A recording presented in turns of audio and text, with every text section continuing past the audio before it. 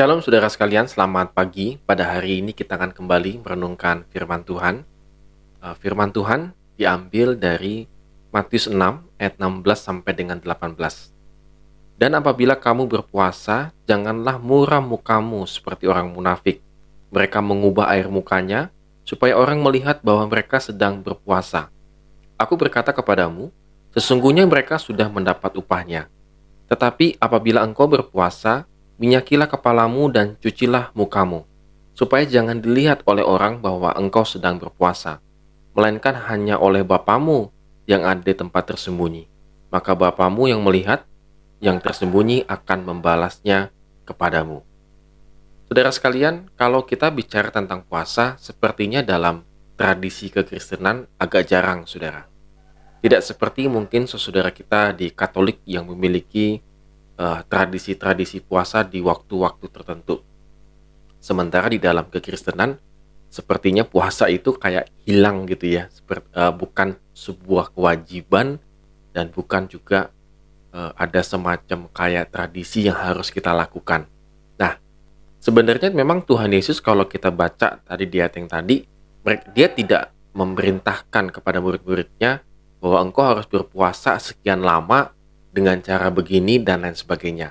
Karena memang dalam kebiasaan orang Yahudi, puasa itu memang menjadi sebuah kebiasaan pada umumnya. Dan Tuhan Yesus membenarkan bagaimana cara puasa yang benar. Memberitahukan bagaimana cara puasa yang salah. Nah, oleh karena itu, memang tidak secara langsung Tuhan Yesus ingin mengatakan bahwa berpuasa itu juga bagian yang penting dalam kerohanian kita. Nah, saudara, kalau kita melihat catatan dalam Alkitab, apa saja yang tercatat dalam Perjanjian Lama mengenai puasa? Yang pertama, mungkin kita akan mencatatnya adalah puasanya Musa, 40 hari 40 malam, tidak makan dan tidak minum. Dalam Keluaran 24 ayat 16 dan juga Keluaran 34 ayat 28. Puasa Daud, tidak makan dan semalaman berbaring di tanah. Jadi kalau dia tidak makan, kemungkinan ini adalah dia masih minum begitu ya. Dalam 2 Samuel 12 ayat 16. Puasa Elia, 40 hari 40 malam berjalan kaki, saudara. 1 Raja-Raja 19 ayat 8. Jadi sambil berjalan begitu, saudara ya. Dan kita mungkin kenal sekali dengan puasa Esther. 3 hari 3 malam tidak makan tidak minum. Esther 4 ayat 16. Puasanya Ayub, 7 hari 7 malam tidak bersuara. Ayub 2 ayat 13. Puasanya Daniel, 10 hari hanya makan sayur dan minum air putih, doa dan puasa dan berkabung selama 21 hari. Jadi dia tidak makan, maksudnya hanya memakan sayur dan minum air putih saja. Ada juga puasanya Niniwe, 40 hari 40 malam tidak makan, tidak minum dan tidak berbuat jahat. Yunus 3 ayat 7. Nah, saudara, kalau kita lihat dari sekilas dari Perjanjian Lama ini, memang tidak ada puasa yang begini loh caranya, begitu ya. Tidak ada. Ini semuanya tergantung daripada situasi dan kondisi masing-masing dalam setiap kitab ketika mereka melakukan puasa. Tetapi kalau kita bilang secara umum, tujuannya adalah bagaimana mereka mendekatkan diri kepada Tuhan. Mereka bagaimana mencari Tuhan, dan melalui puasa, mereka akan menemukan jawaban dari Tuhan. Kira-kira demikian yang ada di Perjanjian Lama. Nah, bagaimana dengan Perjanjian Baru, begitu ya? Dalam Perjanjian Baru, puasa Yesus 40 hari 40 malam, tidak makan, dalam Matius 4 ayat 2. Bisa diindikasikan dia masih minum, atau tidak makan, tidak minum, saudara. Tapi yang jelas dia 40 hari 40 malam. Yohanes Pembaptis itu melakukan juga puasa dalam Matius 11 ayat 18. Tidak makan dan tidak minum. Paulus selama 3 hari 3 malam tidak makan, tidak minum. Bahkan tidak melihat dalam perjumpaannya dia dengan Tuhan di Damsyik. Kisah Rasul 9 ayat 9. Dan puasa jemaat mula-mula untuk menguatkan Paulus dan Barnabas dalam pelayanan. Kisah Rasul 13 ayat 2 sampai dengan yang ketiga. Nah, saudara sekalian, ini memperlihatkan bahwa sebenarnya dari Perjanjian Lama sampai Perjanjian Baru, memang puasa itu menjadi sebuah, boleh saya katakan, menjadi sebuah kebutuhan dalam untuk menghadapi segala sesuatunya. Pada saat ini mungkin kita sedang menghadapi persoalan yang besar dalam kehidupan kita, ataupun kita sedang menghadapi masalah-masalah yang menurut kita sudah menemukan jalan-jalan buntu. Nah, dengan berpuasa bukan untuk, balik lagi, bukan untuk mendapatkan jawaban-jawaban itu, tetapi kita dengan berpuasa mendekatkan diri kepada Tuhan, menjadi intim kembali bersama dengan Tuhan, sehingga kita mengerti kehendak-Nya, sehingga kita mengerti apa yang diinginkan Tuhan dalam kehidupan kita.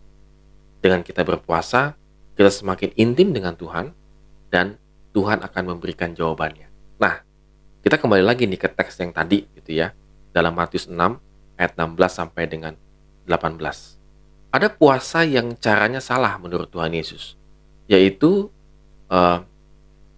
dikatakan bahwa men-setting muka lah begitu ya. Jadi muka kita itu muram, kemudian lesu, letih begitu ya. Sepertinya orang langsung tahu, oh kamu sedang berpuasa ya begitu ya. Sedang mengalami puasa, jadinya orang memuji, wah ini orang ini saleh ya berpuasa. Maka Tuhan Yesus mengatakan ini puasa yang salah. Dan sepertinya di zamannya Tuhan Yesus, ini banyak yang melakukan hal-hal demikian. Supaya terlihat saleh, supaya terlihat intim dengan Tuhan, maka mukanya muram, letih, lesu, dan lain sebagainya gitu ya. Maka Tuhan Yesus menegur, ini adalah munafik. Karena mereka sengaja men-settingnya itu memperlihatkan puasanya. Maka puasa yang benar menurut Tuhan Yesus itu adalah minyakilah kepalamu dan cucilah mukamu. Artinya dalam kondisi biasa-biasa saja, dalam kondisi segar, tidak terlihat lesu, tidak terlihat sedang berpuasa, ceria, bersukacita, dan juga tetap melakukan pekerjaan kita sehari-hari. Maka Tuhan mengatakan, dengan kita sungguh-sungguh berpuasa, mendekatkan diri kepada Tuhan, maka dikatakan, Bapamu yang melihat yang tersembunyi akan membalasnya kepadamu. Jadi puasa yang kita lakukan itu adalah hiding, menyembunyikan, bukan memperlihatkan. Kita saja yang tahu bahwa kita ini sedang berpuasa. Jadi bukan dipamerkan dan lain sebagainya.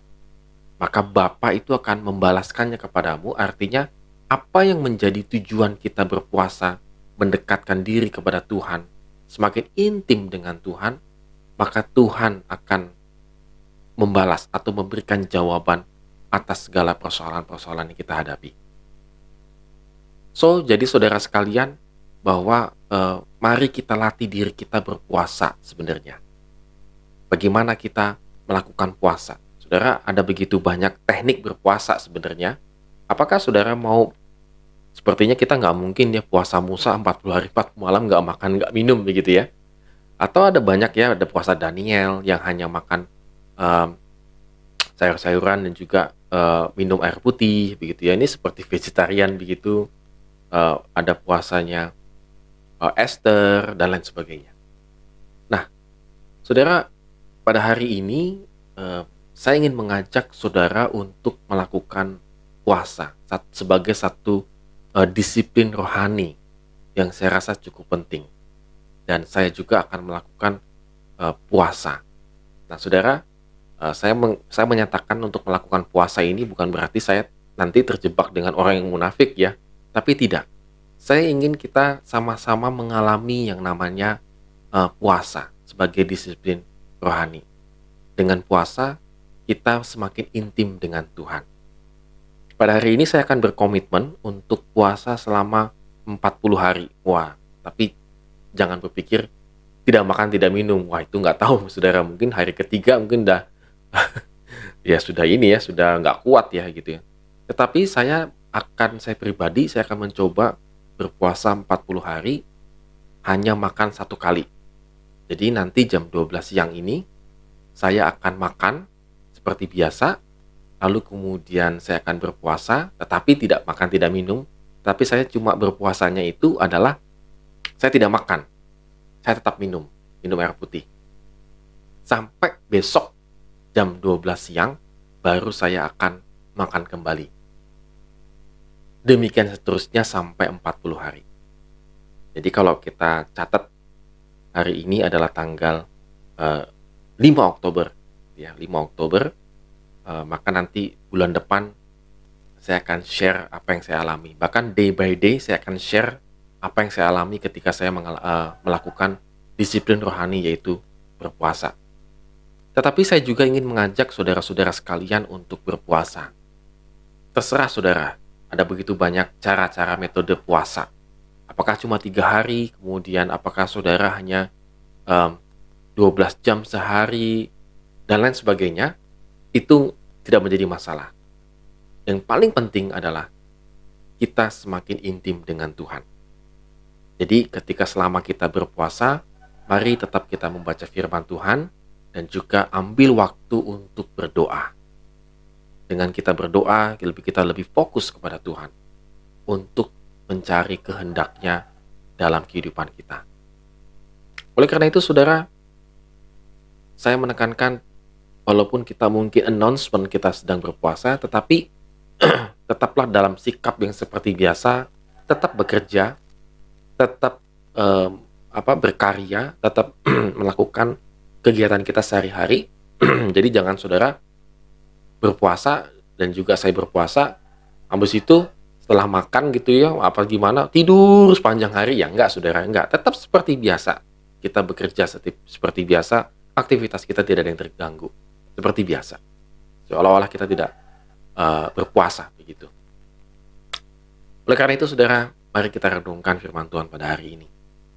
Bagi saudara yang merindukan untuk mencari kehendak Tuhan dalam kehidupan saudara, atau saudara sedang mengalami satu pergumulan yang cukup berat, mari kita lihat dengan berpuasa. Karena tokoh-tokoh Alkitab juga melakukan puasa ketika mereka ingin semakin intim dengan Tuhan. Saya yakin saudara, ketika kita semakin intim dengan Tuhan, mengetahui kehendak Tuhan dalam kehidupan kita, maka Tuhan akan memberikan bonus-bonus yang luar biasa, yang saudara nanti bisa saksikan kepada keluarga Anda, kepada teman Anda, dan juga kepada gereja Anda, dan lain sebagainya. Sehingga kita menjadi berkat dalam kehidupan kita. Amin. Tuhan Yesus memberkati kita semua.